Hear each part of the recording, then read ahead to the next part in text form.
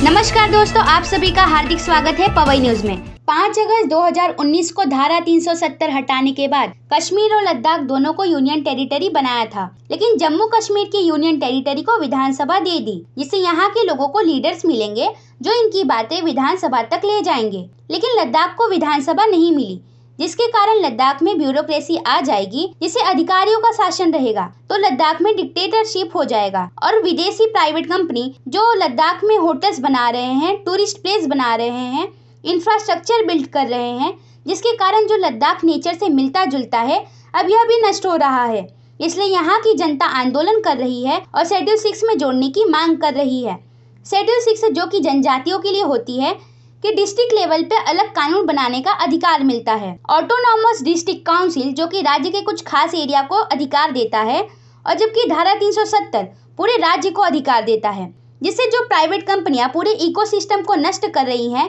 इसलिए शेड्यूल 6 हमें दीजिए, जिससे हम जनता डिसाइड करेंगे कि कौन सा एरिया ऑटोनॉमस रहेगा, उसे एडीसी में डालेंगे, जिससे कोई यहाँ पे आकर इन्वेस्टमेंट नहीं कर सके। शेड्यूल 6 जो है कि स्पेशल जनजातियों के लिए होती है, इसलिए धारा 371 यानी कि किसी स्टेट में किसी खास जगह को हाईली सेंसिटिव एरिया में डाला जाता है, जो कि धारा 371 में आता है, तो आप कंस्ट्रक्शन नहीं कर सकते। सरकार प्लान कर रही है कि लद्दाख को 371 के तहत उनकी जो भी मांगे हैं, जैसे नेचर डिस्टर्ब ना हो, नदियाँ गंदी ना हो, बिल्डिंग के फ्लोर्स इतने ही होने चाहिए, इन सबको 371 से जोड़ दिया जाए, जिससे वहाँ जाने पर सबको फॉलो करना ही पड़े। और लद्दाख के लोग यह भी मांग कर रहे हैं कि जिस प्रकार से केंद्र सरकार अधिकारी के लिए यूपीएससी एग्जाम लेती है, उसी तरह लद्दाख के लोगों के लिए एलपीएससी एग्जाम होना चाहिए,